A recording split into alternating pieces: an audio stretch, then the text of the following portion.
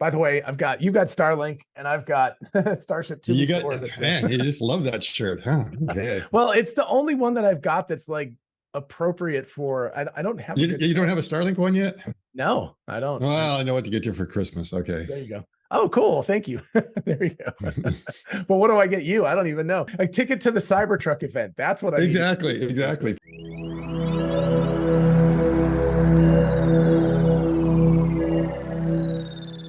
Hey, y'all, it's Dr. Know-It-All. I am with Dr. Scott Walter again, and we are doing a demonstration of Starlink, and it's actually really raining heavily outside right now, which I'm rather impressed with Starlink right now because it seems to be working very well considering how hard it's raining. But anyway, we are today going to talk about Starlink while on Starlink, and we're going to talk about satellite internet, what that is, the basics of it, some physics of LEO, low Earth orbit versus geostationary orbit. We're going to talk about the engineering challenges, the physics challenges, all sorts of challenges for doing something like Starlink. So welcome, Scott. Do we just want to start by talking about what satellite internet is? And I can share my screen and show a basic graphic of that while you talk about it. Is that good? Yeah, absolutely. Right. And it's great to hear that, you're getting such good connectivity right now in the rain. Yeah. It's been my experience too, that it's really quite improved. After going through this, we did a lot of research in the last couple of days on this. And the more I looked into Starlink, the more impressed I am with, holy crap, it actually works, because it's really, and I'm sure we don't even know the half of how complicated it is. Yeah. Because we're just looking at it as, kind of newbies from the outside. But okay, so let's start with the most basic graphic. And I'm sure everybody's seen those gigantic satellite dishes, either on like a university or a business or something, or the smaller ones on your house, but they used to be very large and they've gotten smaller and smaller over time. But anyway, or like Dish Network, if you have Dish Network or something. So you've got your we'll start with your house. So you've got something like your laptop, and you say, I want to go to YouTube and watch an awesome Dr. Know-It-All video, and you make that request, it goes to that modem thing that's in your house, which is then wired to a dish, which would be like Dish Network or something like that. That then sends a signal up to a satellite. The satellite then bounces that signal down to, maybe for me, it would be in Atlanta. For you, it might be Orlando or something. I don't know. It might be in Atlanta for you as well. But anyway, it bounces it back down again to a main receiving, sending station on the ground. That then goes kind of through fiber optic stuff. I've got another one that kind of gives a sense of like, there's a lot of ground-based connections and fiber optic connections of things going wherever they go. And let's say that the YouTube server that we're accessing is in Rochester, New York or something. So I don't know, I'm just making stuff up, but it goes there through fiber optics. It says, I want this video. Then it starts sending back packets. Those packets then go back to that main station here, goes up to the satellite, bounces down again, goes through your modem, gets translated into, some part of the video, and then your laptop watches it. So that's the very basic way that a satellite works. It's beaming microwave signals, which are the same basic frequency as the stuff in your oven, but not the kind that heats up water molecules, but close to that frequency. And it goes up to the satellite and back down again. So that's a basic idea here. So anything I'm missing with that real basic description there? No, two things to point out there is that, the dishes you're seeing there are fixed. Yes. So the one on your house and the one on the ground is fixed. And it's because the satellite is a geosynchronous, which means it appears to be hanging in the same location in the sky. Let's be very specific about this. I think it's geostationary, not geosync. Yeah. Yeah, geostationary. So it's a geostationary, which means you can look at it the same place in the sky. So you have these parabolic dishes, which are incredibly efficient because they can really focus a beam and pick in stuff that's coming down. So that's very nice. If the satellite moves, those things cannot track it. So in order to track it, you would mechanically have to be able to move your parabolic dish around. Now, if you go to the second slide that you're looking at, this is what we're going to show. This guy right here. Back up to where we were before. I mean, we see there's like all kinds of connections there and data flowing like all over the place for that very simple request, where it's going to go. And despite all those other wires and everything is going through, it's the link to the satellites that is causing all the latency and delay because of the length of that. And so that is the trick, is to try to reduce the latency that you're having right there from the Earth up to the satellite that's bouncing back down. Right. And the only I'm going to solution show to this that, picture. I know yeah, you have a live yep, demo here, but this is sort of just to give you a sense of scale here. I'm not even sure this is exactly to scale, but this is about where geosynchronous and geostationary orbit are basically the same thing. It's just one kind of precesses in the sky. yep. But anyway, it's way out here, and Starlink is somewhere on the order of this little green line here ish. 133. It's a little bit higher than that, but anyway, it's basically right here, whereas geostationary orbit is way out here, and that makes all the difference. And so I think there's two use cases here. Number one is if I just want to watch a video, the geostationary orbiting satellite is probably going to be reasonable, because the ping and all that stuff doesn't matter that much. But I'm going to stop and let you go ahead and do the demo. Yeah, but or for like cable TV, which is one way. You know, cable TV is basically one way. So you don't care about the fact that there's this delay. And we'll get into what the delay is in a second. So the main thing here is like, here is my Earth right there. All right. And how high if you want up a mobile is, globe, you can have that. yeah, exactly. Now, how high up is geosynchronous? Do you remember the distance? It's up there. It's like, I know it's about 40,000 kilometers approximately. Yeah. It's about 42, or some people say like, I think it's around 23,000 miles. Do you remember what the diameter of the Earth is? It's right about the same thing as that. It's around like 24,500, something like that. They're almost the same. So what I'm going to do is I'm going to take this globe. I'm going to take a piece of string right now, and I'm going to wrap that piece of string around here one time. And I'm going to take my scissors, and then I'm going to cut them right there. So now I just want to point out here quickly that where else do you get basketballs and strings in other YouTube videos? Right. So you got to go to Scott here. So basically what we have to do, and you see it's going to be kind of hard, is that now when you actually take the circumference of the Earth and put it out there, you see it's really hard for me to get that into the frame. Right. That's way up there. Now, the other thing to remember, that, you know, one of those things I always remember from Earth science class, and when they talk about it, they say, what's the speed of light? Well, the speed of light is it would take it 7.5 times to go around the Earth. In 1 second. Okay. In 1 second. That's how far it can go. So, and if you want, let's round it to 8 just to make it easier. So that means to travel that would take about 1/8 of a second. That means it takes 1/8 of a second to go up to the satellite and 1/8 of a second to go down. Right. So already we're talking about 1/4 of a second just to go up and back down. Now, imagine your son is gaming with the next door neighbor's kid, and they are both using satellite-based internet. As simple as possible. There's nothing else. Simple as possible. So basically, it's taking 1/8 of a second to go up, 1/8 of a second to come down, and then it's hitting a ground station. It's got to go like through the internet and get to some server and stuff like that. Imagine that's instantaneous. Right. Let's imagine it's really fast. Then it's going to come back to some ground station somewhere, go up that satellite, then come back down to the neighbor kid's house. All right. Right. So 1/4 second. So that's like a half second by the time he sees what your son has just decided what to do. Now he's going to react to that. His reaction is going to take a half second. So in other words, by the time your son does something and then the reply comes back, it's going to look like it's close to a second.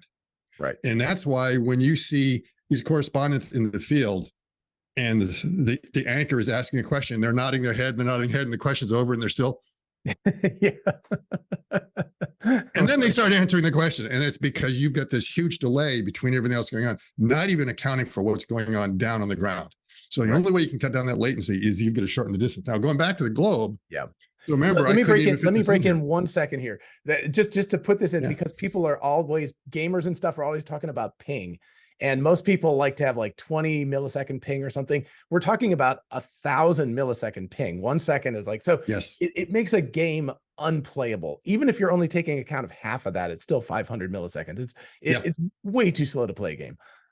Now to put it in the context, you know, it probably like my pinky is about where low Earth orbit is. Right. It's about like that compared to what's there. The other way to put it into context is geosynchronous orbit is 1/10 of the way to the moon.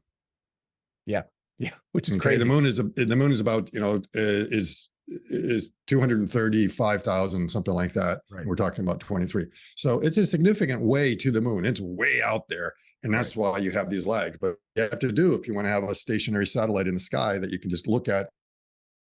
So the problem, a satellite that's zipping across the sky And to get an idea of how quickly it's going across the sky, if you see an airplane landing, an airliner coming in, when it goes from horizon to horizon, it's about like that. So that's about the same time to go from one horizon to the other, which means, you have to be able to point and follow it the whole time. Right. So now when that satellite sets and you get to pick up the next one, if you're doing this mechanically, you've got to go to get over to the other one, right? And there's just no way you can get back, really, really quick. It's like hitting the return key on the typewriter, If for those of you who remember the what old a typewriter school thing is, where you go like that. get over there and carriage return. So you'd be constantly having that going back and forth. So wouldn't it be great if there was some way I could make my dish point at some point in the sky and not do it mechanically, and I could actually do it electronically? And for anybody who has a Starlink, of course, obviously the thing, once it figures out where it wants to point, it just stays there. It never moves.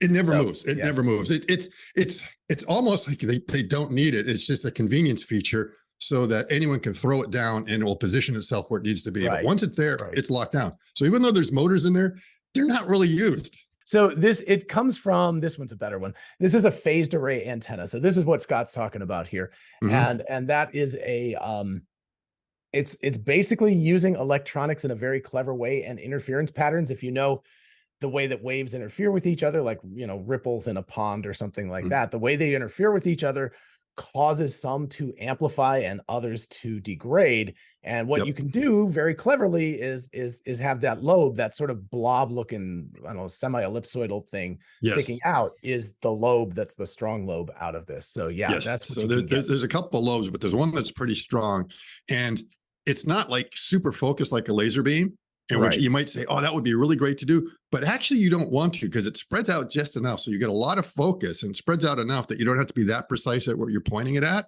So the receiving end is able to get it. Now, each of those antennas is a teeny weeny little antenna, and it's so small, it's like a joke. It's like, this antenna can't pick up anything. There's no way it can do anything. But because you have so many of them in there, when you combine them together, it becomes a very powerful antenna, especially when you focus it. So anyone who's been out in the lake and you see different waves, sometimes when different boats go by in different places, every now and then, some of the waves will come together and you get this huge wave that comes up there. That's constructive interference. Right. And then you'll have like the idea of the destructive interference, where suddenly you might have a really low part of your wave and almost no amplitude in there, or they'll kind of flatten out. So it's using that in a very, very clever way, which means they're all transmitting. But because it's called a phased array, it means they all are sending them out with a slight delay.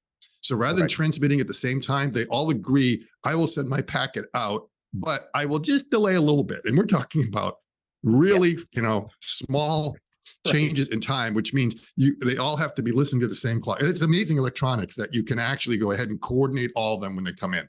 Right. And so that's why you see that waveform, because of that little bit of a delay. The wavefront has now been shifted to be focused in a particular direction. And it works the opposite direction as well. That the incoming they can do as well. Yeah. And the advantage of this, of course, is that because it's not mechanical, you can follow the satellite. And when you have to carriage return, it's basically instantaneous. I mean, it's instantaneous. A nanosecond or something, but it's basically instantaneous. It's something that you would absolutely not notice. So they can take that beam and they can focus anywhere else. Now, they don't only just have the phased arrays antennas and the user terminal on the ground, it's also on the satellite. And the satellite is the one that is scattershotting all over the place. So it's not like it's just shooting down to one spot on the Earth. It's going to hit multiple spots, and it's going to like bounce around all over the place to be able to deal with all those requests. So you need something that can move very, very quickly. And we know an antenna has inertia. And basically you've taken the inertia out, and you don't have a mechanical component where you have to move motors around. Instantly. It's pointed where you want it to go. And this would be just a representation of a Starlink satellite in orbit. Notice that almost all of it is the solar array. That it's the actual satellite itself is just this little guy down here. And that's probably version 1. I think version 2 is much, or is it version 2 right now? I think it's like version 1.5, because the version 2 is what's going to be going into Starship, because it's too big for Falcon Heavy. Not the mass. It's just that it's too big for the fairing, and that thing's going to be huge. It's going to be a beast. Yeah. And so, so this all sounds great. So you're like, well, geez, why haven't we had hundreds of companies do this already? The problem comes down to you have one satellite that could sit over the entire United States, and basically, that would be fine. It wouldn't have that enough bandwidth to cover the whole US, but it could do pretty good. It can broadcast signals and stuff like that. So that's how, if anybody's watched Scott Manley's recent series on communication satellites, excellent stuff, and you should definitely watch that. But the problem with low Earth is there's two things. Number one is that the beam, the cone of what it can actually broadcast to is very small because it's low, as opposed to this one that's high up. Mm-hmm. Number two, it's cooking. It is moving along. Like you said, yeah, it moves across the part of the sky that you can see in just a few minutes. I mean, it doesn't take that long. I was looking at it because I was calculating the Doppler shift between -30 and +30 degrees. So as far as you could see, and assuming that it's less than 15 minutes, it's around that order. It's very, very quick. It's less than 10. I think it's like might be 5 minutes or something like that. It's pretty quick. Yeah. And there's some apps you can get on your phone that are like Starlink trackers, and they can do AR where you do that and you can hold it up and you can see the satellites just going like across the sky. Yeah, and really you'll fast. see it looks pretty much like how long it takes an airplane to move. Definitely. Right. So Even though the airplane's not going 17,500 miles per hour.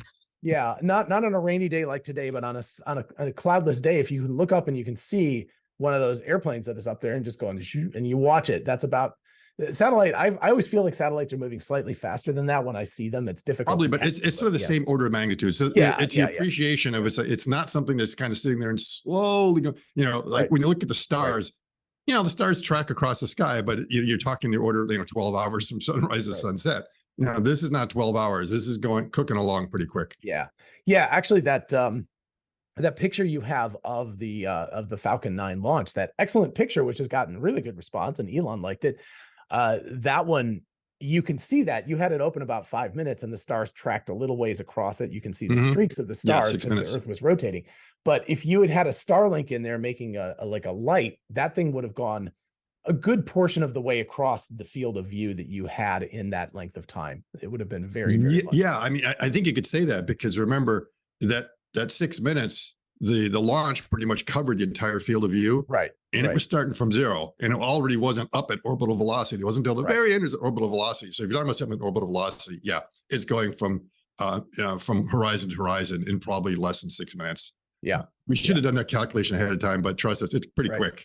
Yeah. I mean, it's again, the problem is I don't know exactly what our field of view is when we look up, generally speaking, because I was just guessing 60 degrees, but it might not be quite that big. Yeah. Your little dish is 100-degree field of view, and the big dish is 140. Wow. Okay. Yeah. So, but I mean, even if it has that big a field of view, it's probably not picking up those satellites the whole way. There's an ideal range. Anyway, this is another schematic that gives you kind of an idea. And that is that you can see, so this would be Starlink or any LEO satellite. And what it's doing is it's moving across the sky relatively quickly, and it's broadcasting to a main uplink, downlink, like some big place, not your house. And that's the main interface with the internet. And it's doing that. But then what it can do is it can also broadcast to your little baby dish that's in your house. And then you can uplink, downlink to that as well. And one of the interesting things, I actually did do this calculation, if I can find the numbers. I called this Starlink 8 easy. And that is that you not only have to deal with the fact that these things are moving so quickly and broadcasting, and you have signal strength issues and stuff like that. You also have the basic Doppler shift, which is not the exact same thing, but a good analog to that is the sound audio Doppler shift when you hear like an ambulance coming. Yeah, that thing is like like it goes past. So that sort of thing, if we calculate this out using a basic formula, if we did this horizon to horizon, so it was perfectly tangential, which it never would be, you would get a frequency shift for a 14 gigahertz signal, which is about the middle of the two frequencies, that one's around 10 and the other's around 14 or 15. So, just as a rough guess, these are just rough numbers, but you would get about a 1.1 gigahertz, or about 8% of the frequency would be shifting. And more reasonably, if you looked at -30 to +30, or 60 versus 90, anyway, whatever, you'd get about a 4% frequency shift, or 0.56 gigahertz. So it's not nothing. And then it gets crazy even beyond that, because we're talking about frequency bands, not individual frequencies, which means that because this is wavelength dependent, because this number right here, this wavelength, that means that every single frequency in that band is shifting differently. So you're getting phasing. And I was trying to think of a good way to talk about this might be like if you had an orchestra and you know how the orchestra tunes and then they play a piece like the Star Spangled Banner or whatever. Anyway, you play some piece, but every single instrument over a period of 5 or 6 minutes was altering pitch, but they were all doing it in different ways. So everything would detune itself, and then and so it would sound just terrible, and then it would tune itself, and then it would detune itself the other direction as this thing passed overhead. That's an interesting idea. So put an orchestra on a train car, and then, you know, have everyone sit there, and as you're pulling it along the train car, you kind of hear it coming, and you would, it would get kind of weird. It's like, wait a minute. And then it kind of goes into the other range. Oh, that's an interesting way of thinking of it. That would be pretty wild. You could maybe do that even simpler if you just had pure sine waves. Maybe if you had like 10 sine wave generators and they were all at different frequencies. And so maybe you have it harmonious, so it's like a third, a fifth, and an octave or something. But then as it came by, you'd hear it kind of like go and it get distorted, and then it would like undistort again as it went past. So yeah, it would be really interesting. But anyway, so the receiver. No, that'd be. Phil Glass should come up with like symphony for a train car and intentionally go out there with the idea that all this, you know, and so dissonance is going to happen. It's just as a result of the Doppler shift. The Doppler symphony. It's only like a 1 minute long symphony. It just is like the long time for the train to go by. That would be pretty cool. Okay, Philip Glass, make it happen. So the problem is that you've got these both on the satellite and on the dish on the ground. They've also got to take account of the phasing and the Doppler shifting and all this stuff. So all these frequencies are constantly shifting. So it's not like you're just like, oh, I'm going to look at 14 gigahertz and that's the thing I'm going to look at. It's like, first of all, it's always kind of a broad blob around that because you're doing frequency shifting and stuff like that. But then you have to like take account of the fact that like, oh, it's over there coming towards me right now. So that means I have to account for the fact that there's a Doppler shift. And then as it gets overhead, there isn't one anymore. And then there's a one in the opposite direction, but every single frequency is phasing different. So it's just like, I started thinking about this and my brain started hurting. Yeah. So they have to account for that. And we can see, you know, you can do that. You can apply the math and do that. But the thing is, when it comes in, some filter or something is going to have to make it go up or go down or understand that there's that shift that's going on. Right. And we can get even more into the, not to get too deep in the engineering, but the phased array antenna, obviously the constructive and destructive interference is also wavelength dependent. And that means that the different wavelengths are also creating lobes in slightly different areas. So you're not getting this completely clean, like you were saying, like a laser collimated beam. You're getting this kind of blob of stuff that's coming out or receiving, either way. Yeah, which is okay because we know the satellite's kind of roughly up there. And if we were going to be doing a laser communication from ground on up there, we would have to precisely hit that. Yeah. And then, of course, the other thing is that even if we know exactly where it is, more than likely the laser is going to refract as it goes to the atmosphere. So you'd have to account for that. And that's what makes that really, really tricky. So with this beam, the fact that it spreads out a little bit means we can just kind of shoot in the general direction. So it becomes more of a shotgun approach as opposed to, you know, very precisely trying to hit it, which is why it's actually able to work because you don't have a precise beam. If you had one, it would probably be much harder to do. Right. Yeah, that's true. I hadn't even thought about the fact that, you're going to get that kind of water in a pencil in a glass of water effect as it goes out of the atmosphere. It'll go burp, and any turbulence in the atmosphere will cause all sorts of. Oh, and there's plenty of turbulence because you've got different temperature regimes if you go up. So it'll depend from day to day. You know, sometimes it'll go through without any problem. And other times, you know, you'll have a warmer layer that is over a colder layer, you're getting refraction, or if you've got if you've got moisture in the atmosphere. And then let's not get into the ionosphere and what it is going to be doing with everything bouncing around. So there's a lot of things that have to be accounted for to get these to work. And sometimes imprecision is almost your friend. The fact that it's a wide beam, that kind of works out. That's why things are able to work. And now, if you go back to that one slide where it showed the ISL, which was like the inter-satellite connectivity, that's kind of a new thing. And that's not something that they necessarily want to rely on. So in the in the ideal configuration, your user terminal goes up to the satellite and the satellite bounces you down to what they would call a gateway or a ground station. Right. And so the satellite has to be able to see your terminal and a ground station in order for it to work. That's how it originally was configured. And that meant it was kind of only limited to those areas that were fortunate enough to have a ground station already set up. So that meant SpaceX had to go out there and set up ground stations all over the place to be able to get the coverage. And obviously you can't put them out in the middle of the oceans and stuff like that. So as these were being put in there, they were able to do it. So that satellite has to see you and a ground station to work. Now with the inter-satellite link, they can then say, oh, all you have to do is see a satellite. And that satellite obviously sees lots of other satellites. At this point, it's seeing way too many satellites, but it can see the satellite. And it then figures out, where is the closest ground station to this network of satellites. So it minimizes the amount of bouncing around it has to do. And it will then send to one satellite. And then maybe that satellite now sees a ground station and you can go ahead and do that. This is why it's able to work on airliners now and why it's able to work on cruise ships. They're in the middle of nowhere because there are no gateways in the middle of the Atlantic or the Caribbean or over the Pacific or anything like that. And that is the key to being able to do it. But you don't want to rely on it because that does slow things down a little bit. Your traffic and everything else, eventually it will get better. But this is amazing because that's using lasers. And lasers do not use like a phased array that you can electronically point these things wherever you want. It actually is kind of a mechanical way of doing it. But I think it's not so much that it's using like an elevation azimuth kind of motor. I think it's just like it's spinning prisms, isn't it? It's kind of mechanical, but it's really clever in that it uses kind of like a scan mode. I think it's similar to LiDAR when you see those little things. Now they may have something. I think I saw a picture. So they may have something that does kind of focus it over there. And it may be because they really know what the dance of the satellites are. It's fairly easy to get these things to track around and shoot that beam on there.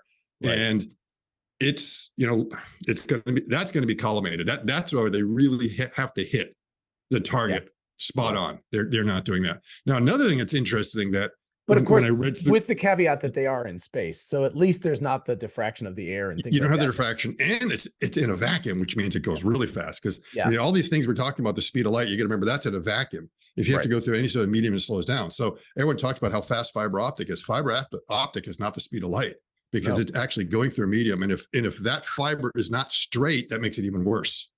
So there's all sorts of things you have to do. This means you are going to get really incredible latency, especially if you're gaming with someone on the other side of the planet, or if you're some sort of commodities trader and like you need to get that information from London to New York faster than all your competitors. So this was, I remember back when Starlink started, they were like, people talked about how that was going to be the ultimate commercial use case was if you could have international latency that was even 20 or 30 milliseconds faster than the other guy, you get to win in those microsecond trading that people do, which way beyond anything that I do, but that's what the big boys do. So yes. And so it's rather interesting and amazing to see all those things. What I was surprised to learn is that while there are phased array antennas to talk to user terminals, evidently like down to the gateways and the uplinks to the gateways, they are using a parabolic antenna. And that's interesting because like, wow, wait a minute, that means they mechanically have to move that. And remember, when you're in space, if you decide to move anything, there's a reaction that's going on.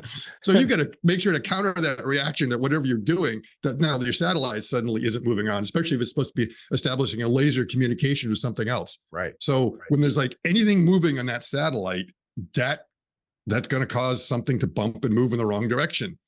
And it was rather interesting to do that. Now, maybe that a parabolic dish doesn't have to be that precisely pointed either. And it may be, again, because they kind of know where the gateway is, they know what their orbit is, they almost plan ahead what it has to do to be able to move that thing. But it seems like you must then run into that age-old problem that once you get to one position and you kind of need to go to the next one, you've got to get on over quickly around there.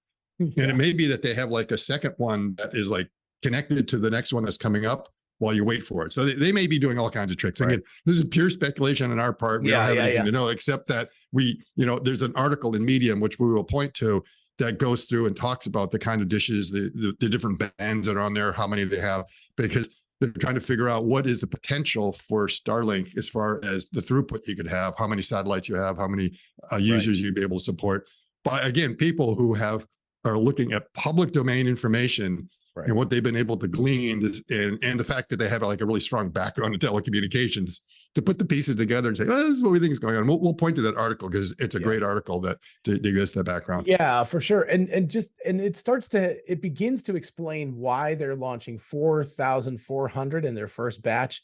And I think the eventual plan is close to 40,000 or something crazy like that. Yeah. You know, cumulatively, SpaceX, if they launch all those Starlink satellites, will have like an order of magnitude more satellites than the whole rest of the Earth combined, just to create this one constellation. And we can get an idea of exactly what that's going to look like. There are, again, apps as well as websites that are able to show in real time where all the satellites are, not just Starlink, but like all the satellites that are out there, and you can filter through them.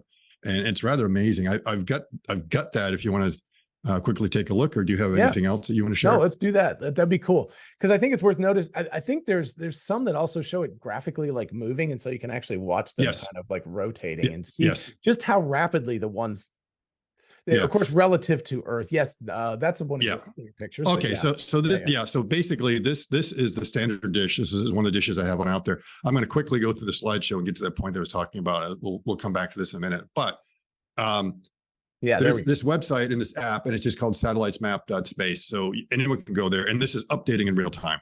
Right. And these are the Starlink satellites that are out there. Okay, so that's just a Starlink. You can see there are some that are in a polar orbit up there, but for the most part, they're below this particular high latitude. Is this just an image, or is this an actual? That's a still image. Yeah. So okay. I just normally captured you it would because see it like slightly moving. Yeah, you would see it moving. So anyone just go to that website and you can see it moving. Now you can filter to Starlink or OneWeb. I didn't realize that you can also do OneWeb. Well, before you go to OneWeb, go back for just 1 second.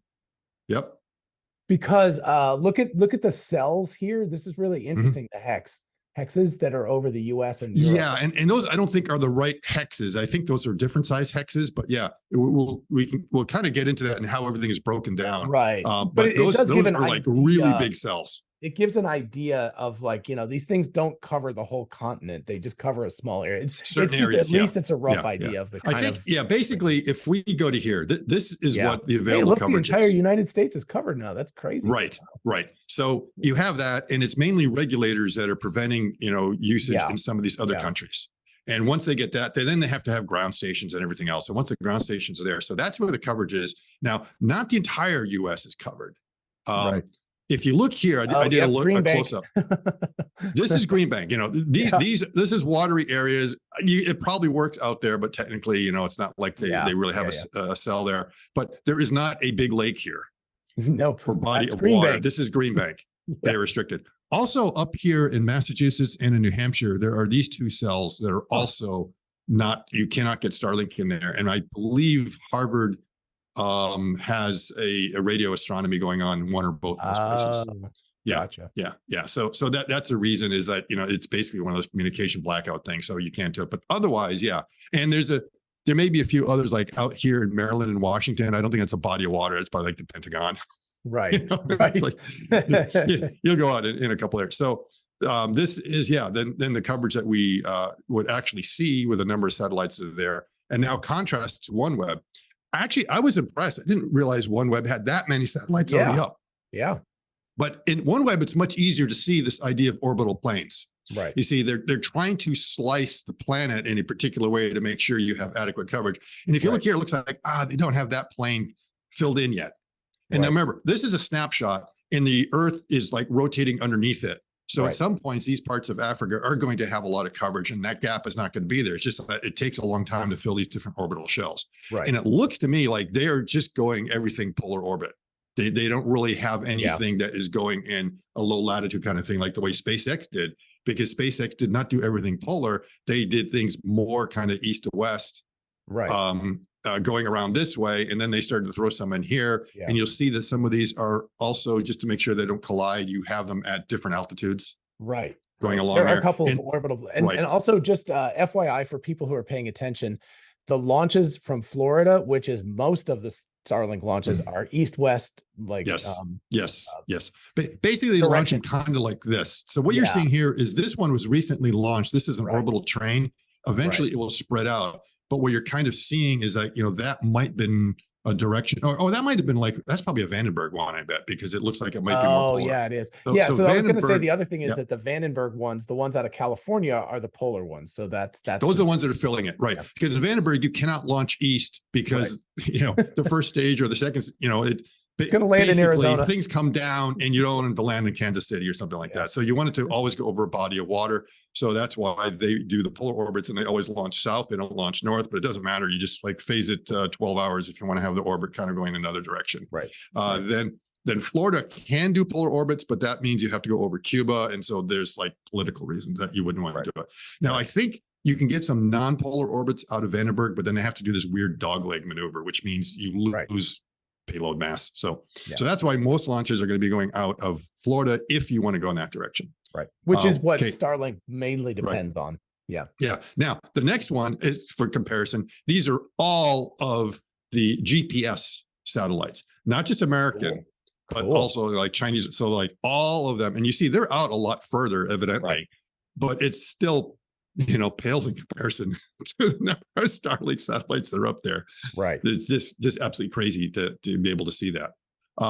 And now here are some of the close-ups. Now, these are not the actual cells. As we were looking at the cells that Starlink is talking about, they're much smaller cells. But this is another way of kind of breaking everything up. And what I wanted to sort of be able to show here so are is the dots, I guess, are the Starlink satellites. That's currently where the Starlinks are. I mean, this is amazing. You'll see the altitude and everything else. And when you put in your position, the app will show you the angle in the distance from where you are to that satellite. And tell you the ASI element, ASI elevation to be able to actually see it from where you are. So it's rather interesting. Wow. So it will do an updating on that. I brought this thing up because this is where the ground stations are. Now I think, being down here, you would think I'd be using this ground station, but because my dish is pointing towards the north, and there's a reason it's pointing to the north, and we'll get into that. It has to do to make sure that they don't interfere with geosynchronous satellites. So basically everything has to kind of bounce northward. That means the ground station seems to be preferred is in Georgia. And I know that because my IP address and everything makes every website think I'm in Georgia. It does not know that I'm in Florida, which is rather interesting. So we may be using the same one. Now I'm using, I guess, Baxley. You might be using like Norcross or even South Carolina. Norcross. I think, no, it's always in Georgia, and it's usually always going to be, so you're in Georgia, but you're more north. Around there, potentially sometimes you might switch over to South Carolina, but it's around there. So I don't actually get these. Maybe this one's yellow because it's coming online. So this gives you an idea of the scattering of them versus the number of satellites that are out there and how many satellites might be kind of over the state of Florida at any particular time. Now these seem like they're far away, but it turned out, I actually have visibility of them. So potentially this one up here in South Carolina, I could be using for the service. So it doesn't necessarily have to be over. And there's another one even over here in Alabama. And it turns out, Robert's still there's a Buc-ee's with a great supercharger there. So whenever you're driving over to Houston from Florida, that's where everyone stops. There you go. And I think the next example here is like zooming out. You get a better idea of where they are throughout the whole United States. And I thought I captured it on here, but it might be that I didn't quite get the screen grab right. But they've launched over 5,200 or something like that satellites, but about 800 of them have burnt up, and there's like 4,200 and something that are actually operational right now. And then another couple hundred that are inactive that I guess they're just waiting to come out, or maybe they haven't come online yet because again, we have these trains. So what's cool about this, when you go in real time and you can interactively move it around, you can try to pick out where the trains are and maybe use this to guess, is it going to be coming overhead to my house right around sunrise or sunset so I can see one? Now there's other sites that you can put in where you are and it will tell you the next time there's a possibility of seeing a train. And then this is like, and there seems to be another one down here near South Africa, down around there. Another one that's going over, or at least an hour ago when I grabbed this was heading right on over. But it was rather interesting. It seemed like they must be spreading out a lot quicker because I only was able to pick up like there's another one right over here. So sometimes they're hard to pick up. Yeah. It's like one of those weird games when you're a kid to find a pattern. Yeah. In the If you watched noise. it in motion, you'd be able to see it much better. You would see it. Moving in it. You would see it. So I definitely recommend going there just to get an idea. So you see what's going on. So that's definitely a lot of fun. This is an article. Actually, wait, before we continue, let me share my screen for a second, because if you stop, and I wanted to share the, let's see, view options. Let's see, stop participants. There we go. Let me share my screen here real quick, because I thought this would be cool if I can find speed test. There we go. I just wanted to show speed test here. So this is a great website I use all the time. It's called Speed Test, and you can see it's already decided that I'm connected to Comcast in Atlanta, which I assume means the Norcross downlink. But so you can click this and it will just immediately go, and whatever, except that you have to tell it for that. But we can watch in real time. So right now Starlink is cooking. And is it raining outside still?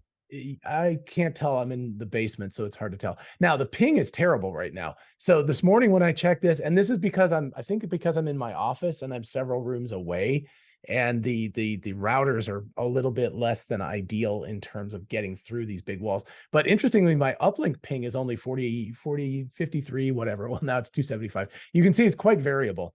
But this is pretty good numbers, but the ping is not fantastic right now. So upload speed 50 is very good. 175 unloaded is pretty terrible. So, but I was getting like 35 this morning when I was just standing next to the router. But I think part of that is that distance. But anyway, for people who are interested in geeking out about this stuff, this is great. If you have Starlink, you can go into the Starlink app and click the speed test, but then you can go into the advanced speed test, and then you can look at like all these details. So if you want to geek out, have fun. Yep. And if you really want to geek out, this is an article that I recommend. Yes. It's on Medium, and it's about a year old, but it's really pretty good by Mike Pukal. And I'll put a link to this in the description, of course. Yes. It's an excellent article. And what I'd like to do is I did a couple of screen grabs from that article, and he gives you a pretty good idea of, the user terminals are basically the dishes, and how the communication is going on between the different satellites and the different bands they use. You get the KA band over here and the KU band for that. Right. And you get your gateways or ground stations over here. I'm trying to remember, one of them is 14 gigahertz and the other one is 10 approximately. I don't remember which one's which, but yeah. Now, the one thing I was trying to understand is that, so basically everything is broken down into these cells. So you are in a particular cell, and Starlink is aware of that. And the master controller is sort of aware of all these things and where the satellites are. And evidently, one satellite can be responsible for multiple cells. But it seems in the normal use case, every user terminal in the same cell talks to the same satellite. Right. So it's basically one satellite per cell. However, many cells per satellite, if that makes sense. All right. Yeah. So I believe that's how. And the reason that works is that there's about 4,200 satellites up there. Right. I think the planet, when you break it down into whatever the size of these hexagons are, there's like over 30,000. So you do the math there. It's like, well, wait a minute, there's nowhere near enough satellites to service all of them. So that means the satellites are pretty busy having to deal with a lot of different cells all at the same time. Exactly. So that's part of the trick that's going on. Right. And while we're I was just going to talk about this. Yes. The fact that we have such a weak signal coming from our satellite dishes. So so go ahead. Right. Now what happens, and this is a great example that he shows, if you take a flashlight and point it straight at the wall, you get a nice circle there that's very, very bright. Right. If you take the same satellite that's at your flashlight the same distance from the wall, and you turn it a little bit, you'll see it becomes more elliptical. And two things happen is that first, the distance from the flashlight to the ground, or the wall in this case, is longer than here. So it's not going to be as bright. Plus it's spread out more. So you got two things. You've got the fact that your obliquity angle of obliquity is making it worse. And also the distance is making worse. So the signal is really, really fading. Now, depending on how you're going, if for some reason they say when it's at nadir, and I thought nadir is like below you and not above. I would say when the satellite's at zenith, it's actually straight above you. And this is what happens. When it's straight above, basically, it's just irradiating one cell at the same time. Right. When it's down low, it can actually service multiple lists. So they take advantage of that and say, okay, we can do all these things. Now, there is a problem here with the power requirements. So it gets in there, it gets a bit wonky on it, is that there are regulatory restrictions to how much power you can put into a certain area. Right. So you see this has a little bit of overlap with that, but it's not actually, these cells are not listening to that signal. They're ignoring it. There's another satellite that's coming in here. And when those two things overlap, that means you're both of those are putting additional power into that overlap area. And you have to be aware of that, which means both of your dishes have to power down a little bit, or whatever not your dish, but what's coming down from the satellite. They have to reduce the amount of power to make sure the total power coming into that particular area does not exceed some limit. So that's again another thing. Is like, oh my God, they're going to deal with that too. Right. It's just, it goes on and on. So, and all of this stuff is not static. Like every second, this is all changing. So right now it's red there, but it's certainly going to stretch out to blue before you know it. Yeah. And then it'll go back to another cell someplace else where it will be more circular. So it's crazy. And these are all exactly. And of course, you're trying to deal with all of these things, load balancing and everything as communications are going up and down. And it's nuts. It's absolutely nuts. It's quite a nice article. And I think the other thing, the part I was going to talk about was how weak the signal coming from your dish is. So you notice that the download speeds were way higher than the upload. Number one, that's because generally speaking, people like to download more content than upload it. But number two, your dish, we guesstimate that you have about 40 watts on the standard dish of power to upload. 40 watts is like those old dim tungsten light bulbs, not the bright ones, but the dim ones. And imagine putting that in like a flashlight and shining that at the sky and trying to detect that with a satellite that's 400 miles up in the 300 and something. Anyway, it's just like, it's insane trying to think about that. And then at an oblique angle coming through the atmosphere, and it's just nuts. It's absolutely crazy. Yeah. So again, this article kind of goes on some of the things that you point out, so you can see some of the things that I grabbed. How the ground station looks, the number that they have there, the number of uplinks. It's pretty interesting to listen to or to read. And some of the things that, so the way the ISL works, which is the intersatellite link, it pretty much will be talking to a satellite either in front or behind it in the same plane or in an adjacent plane. So if you need to get something way over here, it's just going to be bouncing from one satellite to the next. It's not like this one can hit 3 or 4 orbital planes over. Right. And I guess it looks something like this. So that looks like they probably have some mechanical movement to be able to do it. Now, some of the limitations, and this is why our dishes are always pointed north. So there's this GSO protection that you have to make sure that if you start pointing down towards the equator, that you have to be, in one case, he was saying 16, it looks like it can now be plus or minus 10 degrees from there, probably because they're more focused. So what that means is that rather than the dish being flat like this, they have to angle it a little bit to make sure it's an unusable area and they don't accidentally cause interference in the geosynchronous. And imagine if you're in the southern hemisphere, whoop, it's the other way. It's always pointing south.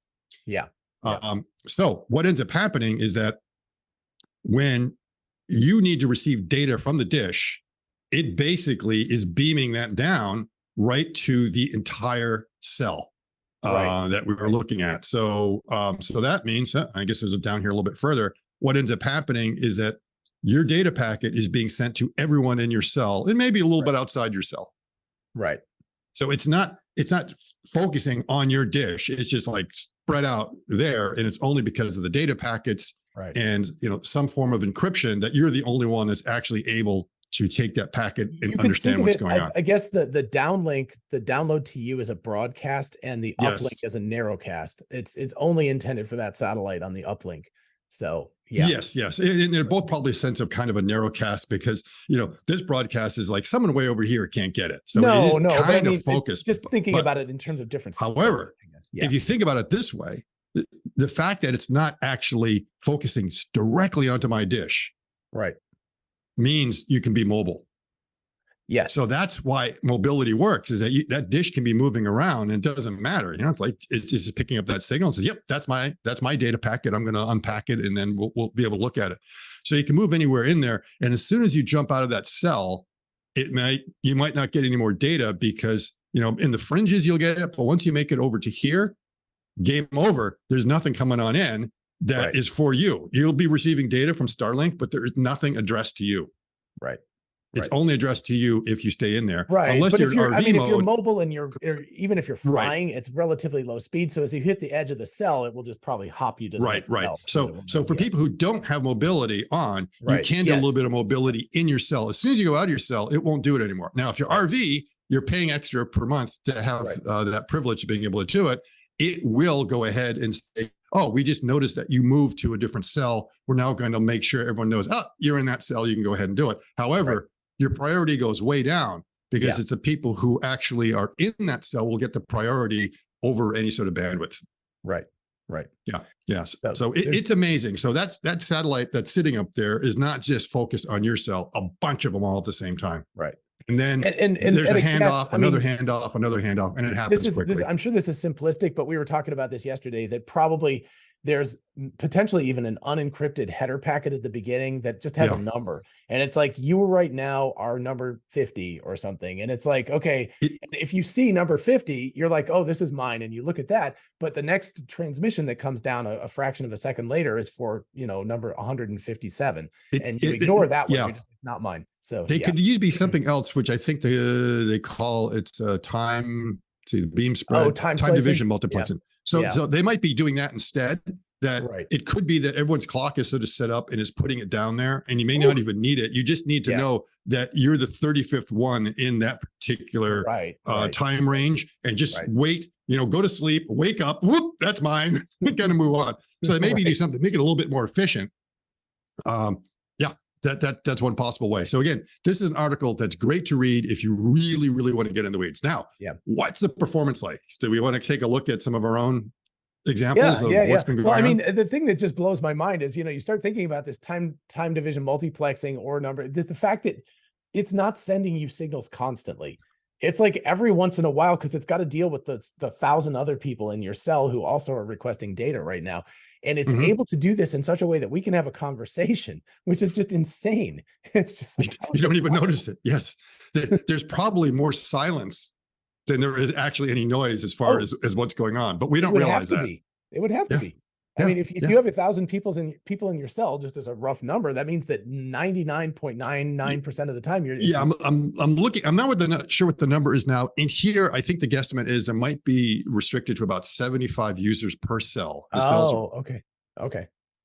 Satellite can manage, I think, 2,000 user terminals at the same time. Because remember, it's managing lots and lots of cells.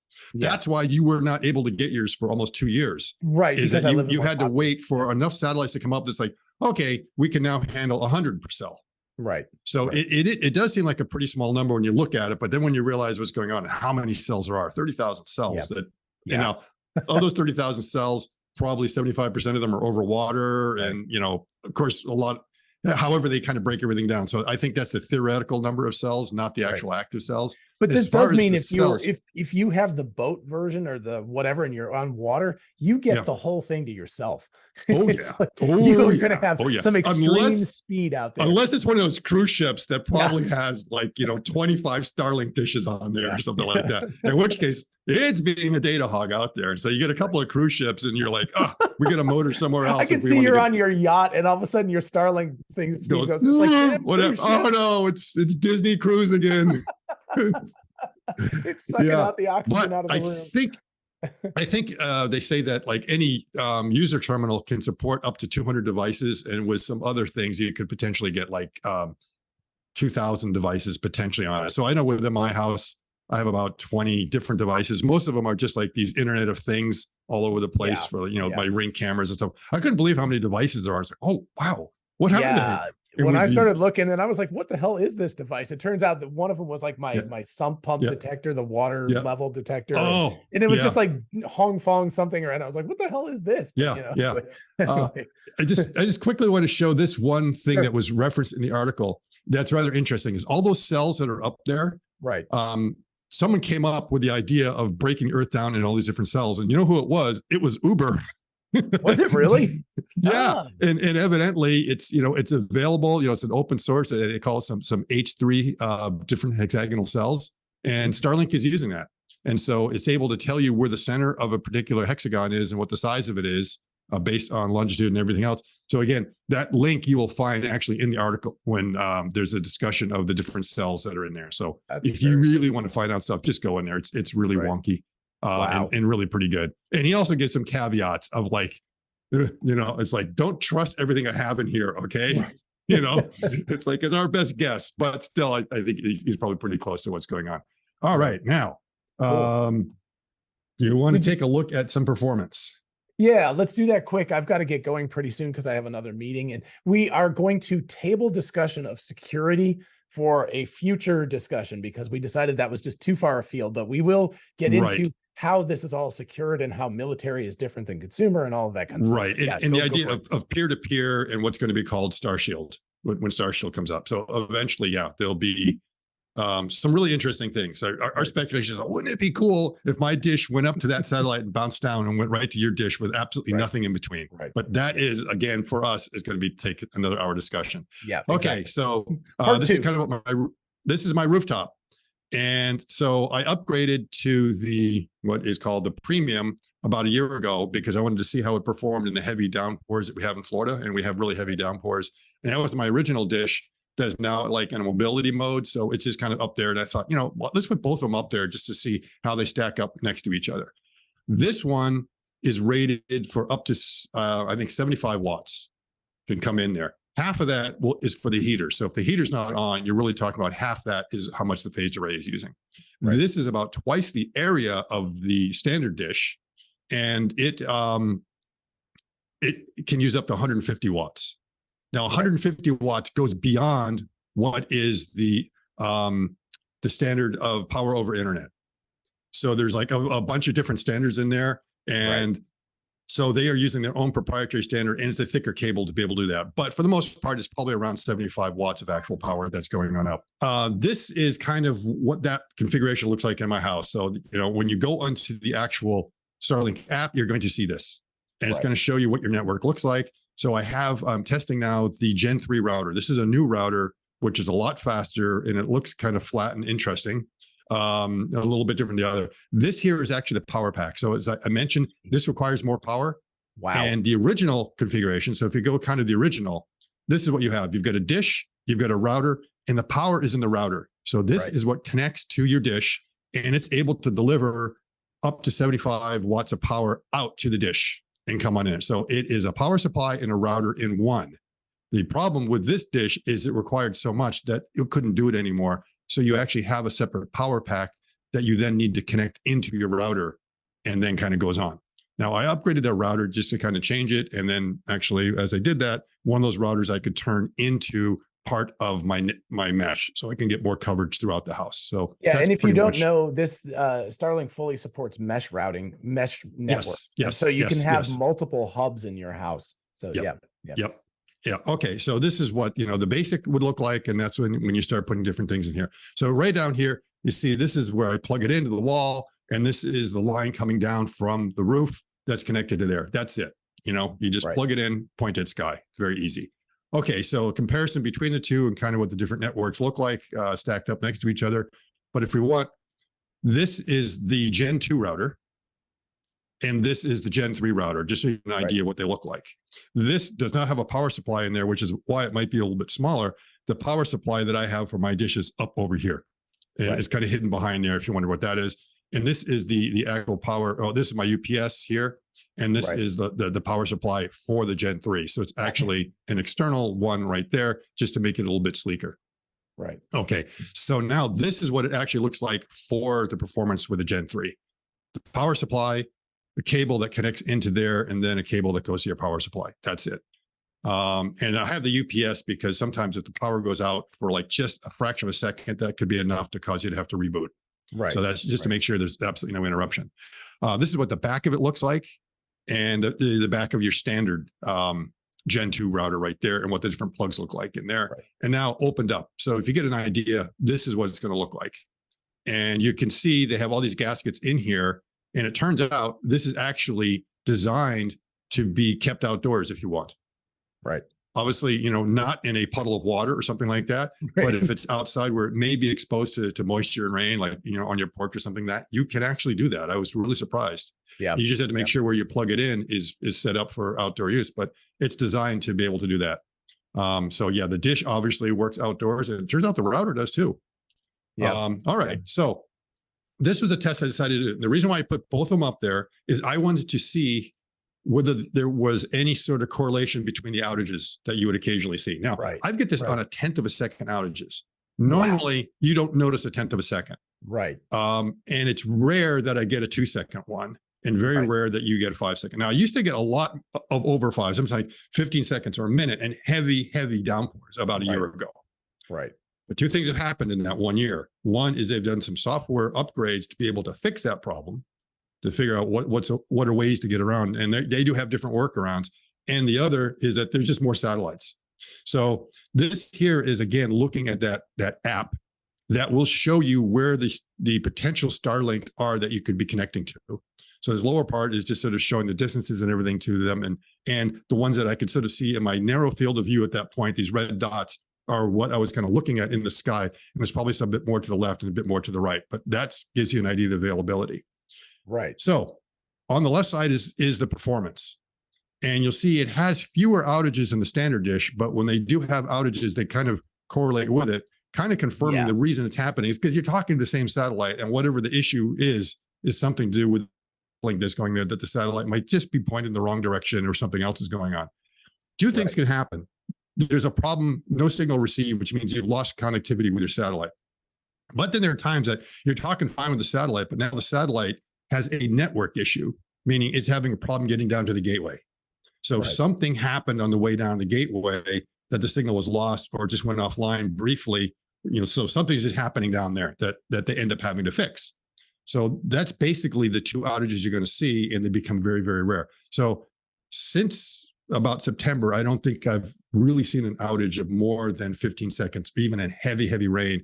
And I've got, off over here on the side, I've got a weather station put up there to capture the amount of rainfall. And I'm going to be correlating the rainfall to the outages to see, how high the rain has to be. And I've had inch an hour rain, and it's been able to work through it. And what will happen is that it may go out for like 2 seconds and then it figures out maybe some other way. So it might actually be one of those rare cases where it decides, you know what, we're going to switch you to another satellite. Right. Because we know you can see it. It's just that the primary one that we wanted you to go to is failing you right now, and we're going to hit over somewhere else. So that's one possible solution. Sometimes the problem is not the weather over my house, it's the weather over the ground station. Yes. And so if the ground station is having a real problem, then it's going to then say, well, maybe we'll use a different gateway for you to be able to go through, and it will find one. And it makes that decision, I think, in under 2 seconds now. So if it realizes we're going to do a different routing, it just go ahead and do that. The thing to remember is that sometimes if we're talking to a satellite up above us, even if it's raining above us, it's not going to be that bad because we're not going through that much atmosphere. Right. But a lot of times the ones that are low on the horizon, you'll be here, no rain, you might have an outage, but you'll look over there and you'll see this storm front coming in. And it's happening to go through a lot of cloud. Now, to get an idea, about a month ago, I was looking out and just seeing this incredible lightning storm. And I thought it was just a couple of miles away, but it was like nonstop lightning, just flashing. I was like, that's incredible. And I wasn't hearing anything. And what was it? And then I looked on the weather map, and it was Orlando. So it's about 75, 80 miles away. And there's this huge storm cell over Orlando. And that whole area was just lightning flashes all the time. So from my distance away, it just looked like nonstop lightning. So it gives you an idea. From that distance, you can see these thunderheads that are there. And if you're trying to go through that, you're going to be seeing a lot of interference getting up that satellite. So a lot of times, if that was your primary, you might go ahead and switch to something else. Right. So that's my suspicion. I don't know if that's how they did it. That's how I would solve it. I said, well, just find a different satellite. Screw this whole idea that no, you've got an allocated one. You have to do that. They may actually, in that case, figure out how to do it. So performance in rough weather is really impressive now. It's really much better. And I was going to say, it's been, I'm not positive it's raining heavily now, but it was raining heavily when I started this meeting, and I'm looking at anything over a 1/10 of a second. And I've had a 6-second one at 9:50, which I'm sure people will have noticed, and a 2-second one at 10:02, which was, 43 minutes ago. That's it. I think I noticed that one, and that was it. And I was going to say something. Oh, I bet that was the rain. And it figured out how to get around there. And again, you have to expand it to 1/10 of a second in Right. order to be able to Right. see it. Normally it's on the 2-second of defaults. You look at it, you say, hey, there've been no Yeah. outages. Yeah. No, so these are some of the speed tests that I decided to run. So I did this as a concurrent test. So Okay. pretty much, I've got two phones here. Okay, whoop, over there, and each one of them is separately on Starlink. So I made sure that they're kind of separated. They don't know about the other. And so I was able to run the tests on the app on each one of them concurrently. That's And cool. this is what I was seeing concurrently on the performance side and Right. what I was then seeing on the standard side. Now, if I go non-concurrent, and I ran it at least twice to see that, it seems to perform a little bit better than concurrent. So, it may be that, and I did it like 6 in the morning. So I might have been like the only one in my cell that was up. So then suddenly, these two dishes come on and they become data hogs. Okay, there's going to be a little bit of bandwidth issue. There's going to be a little bit of sharing. Right. So you can compare what the concurrent versus non-concurrent to kind of get that idea of what the performance is like.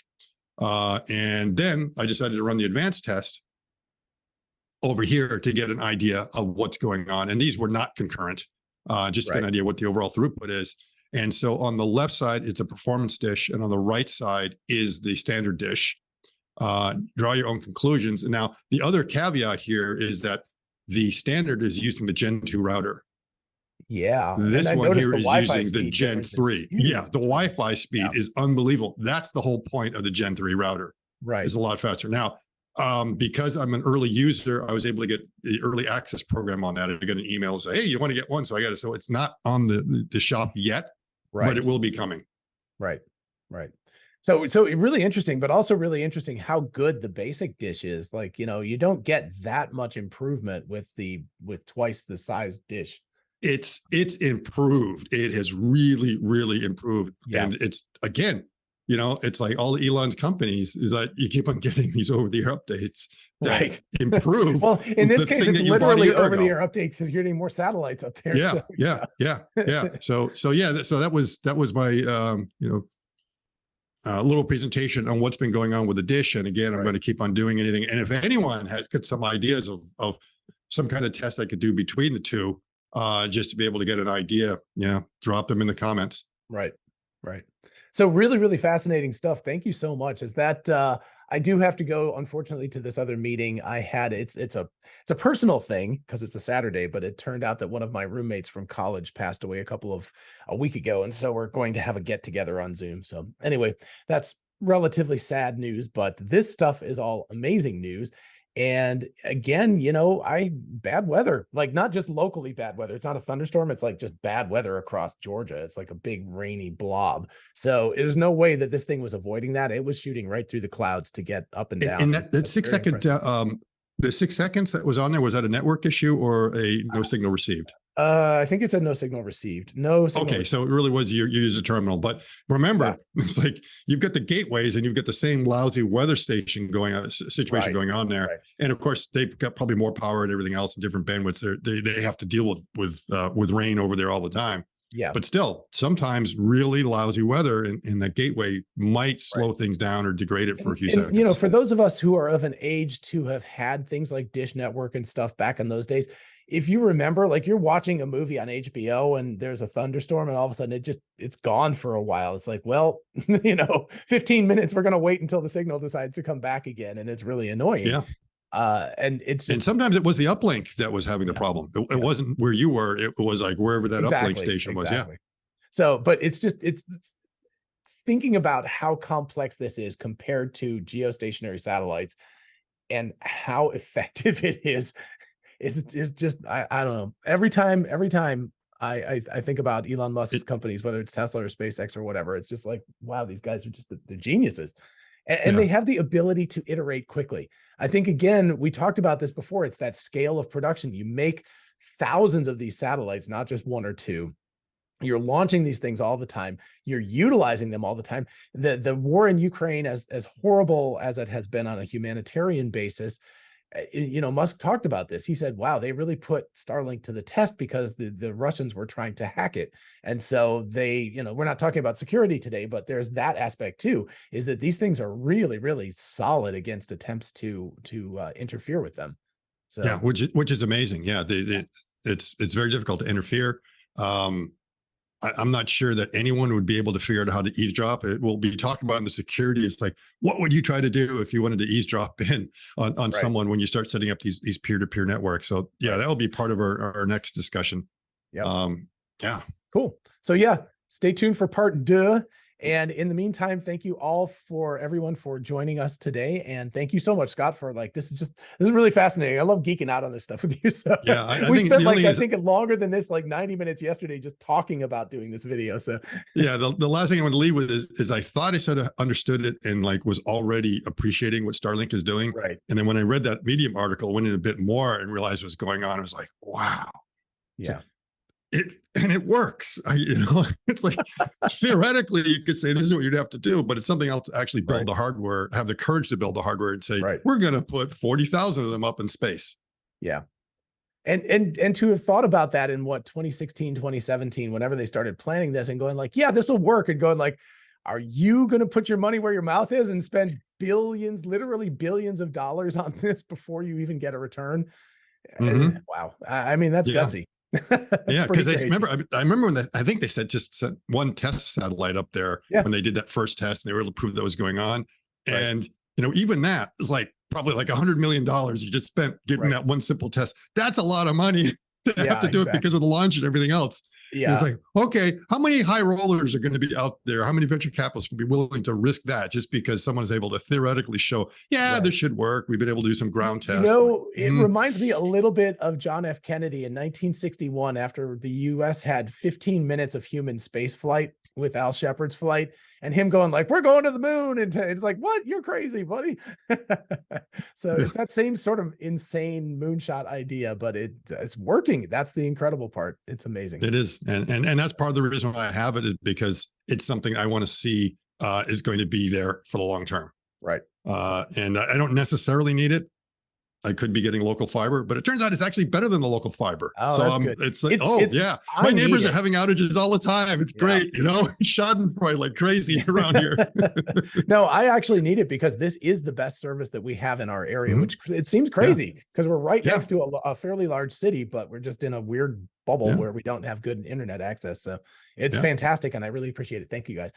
Yep. So So all right. support Awesome. the future. I've got to shift gears here, but anyway, thank you so much again, Scott. Everybody do the like and subscribe, follow Scott. I'll leave links to all the stuff in the description, and everybody have a lovely day. We'll see you later. Bye-bye.